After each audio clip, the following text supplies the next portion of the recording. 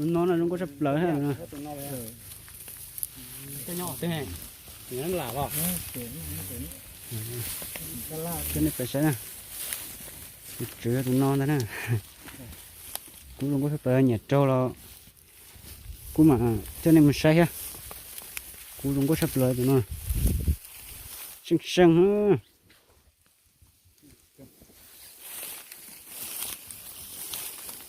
Tụi nó mà khởi tụi rất sợ thế này nè.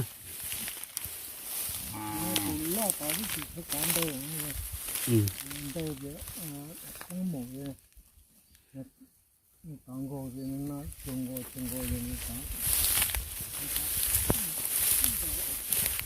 Cũng chỉ trong sắp lỡ này.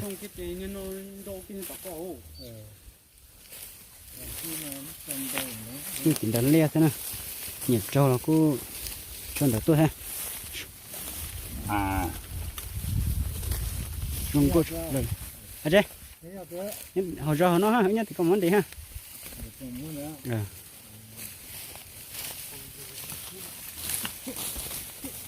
Dùng cô chắc lỡ ha. Nhiệt trâu là cũng chuẩn được tôi này, như dùng cô sẽ. Chuẩn được tôi mà cho nên mình sẽ được chữ nè. Thả bộ hậu.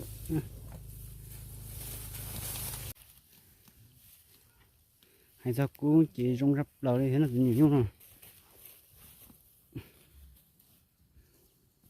Nhiều ó xuống rồi nè.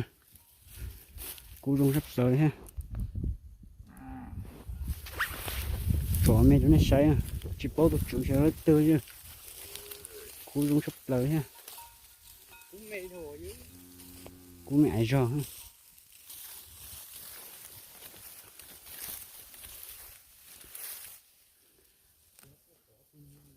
Rong có cơ này thế này.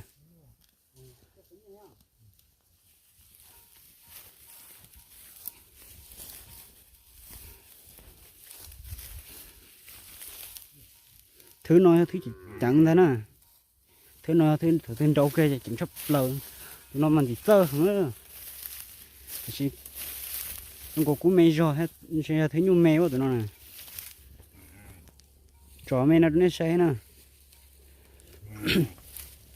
Châu này mình sẽ được chia ha, sẽ tụi nó nhưng chỉ đá le thôi, có thể là từ tù đó thay mình như chúng có sắp lời hết tụi nó,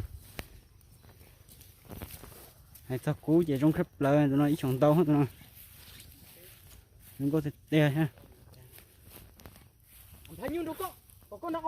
cú mà chúng có sắp lời ha, sang thế này, nhưng chỉ đá le ha, như này ít chọn chúng có cười ha.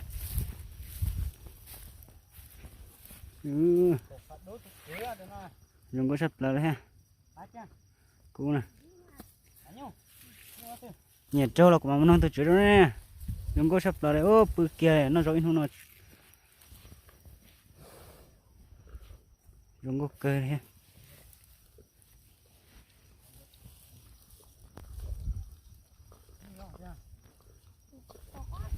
Dì.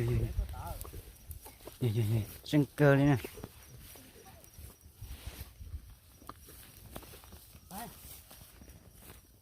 Có chỉ